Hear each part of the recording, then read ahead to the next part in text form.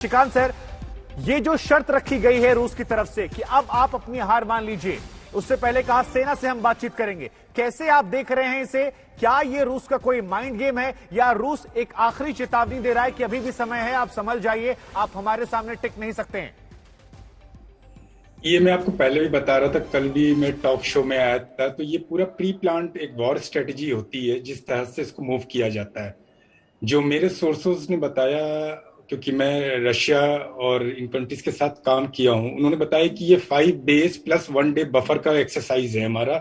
दूसरा, zero damage operation रहेगा। इसमें कैजुअलिटीज इतनी सिविलियंस को कम से कम करने की कोशिश करी जाएगी।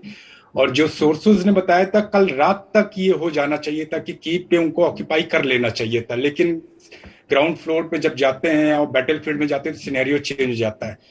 कल रात की बात है, लेट नाइट की, करीब 1100 आवर्स की ऑन कीव टाइम कि प्रेसिडेंट यूक्रेन के स्पोक्समैन ने और रशिया के स्पोक्समैन सर्गे ने, दोनों ने आपस में बात करी है और they are planning to sort out this particular issue on amicably, जैसे भी बात करके, और जो उसका एक रास्ता निकाल के करना चाह रहे हैं।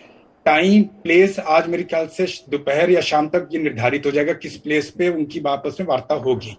क्रेमलिन ऑलरेडी लगे हुए हैं इस पे काम करने के लिए।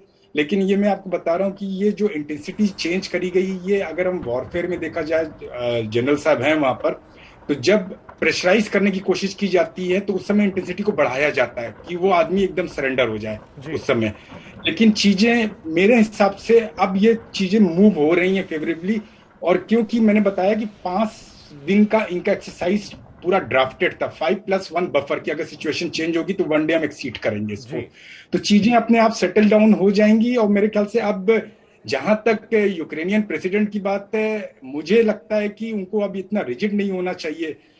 नहीं, सर, उनके पास रशिया की ऑप्शन क्या तरफ बचते से भी सर हैं? इस पर भी एक बड़ा सवाल है। राजीव डोगरा साहब, जरा आप ये समझाइए कि वॉर के हिसाब से तो निशिकांत जी ने समझा दिया कि 5 दिनों का सेटअप था, उसको वो उसी तरह से इंप्लीमेंट कर रहे हैं, लेकिन अब जब यूक्रेनी राष्ट्रपति ये जान चुके हैं कि अमेरिका से मदद नहीं आ रही, बाकी देश उस तरह से साथ नहीं निभा सकते, ऑप्शंस बहुत ज्यादा उनकी प्लेट में बचते नहीं है।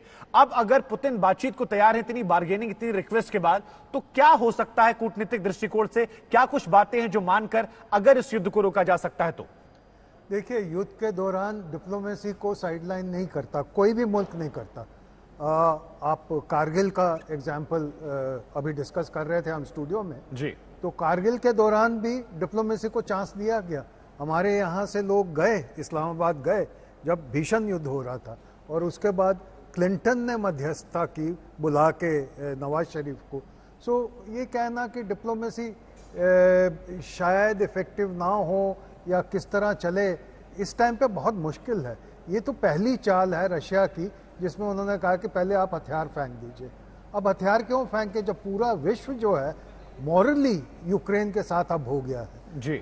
आप सिक्योरिटी काउंसिल की भी अगर वोटिंग पैटर्न देखें तो 15 में से 11 तो जो हैं उसके फेवर में गए हैं, अमेरिका के और बाकियों के रेजोल्यूशन के।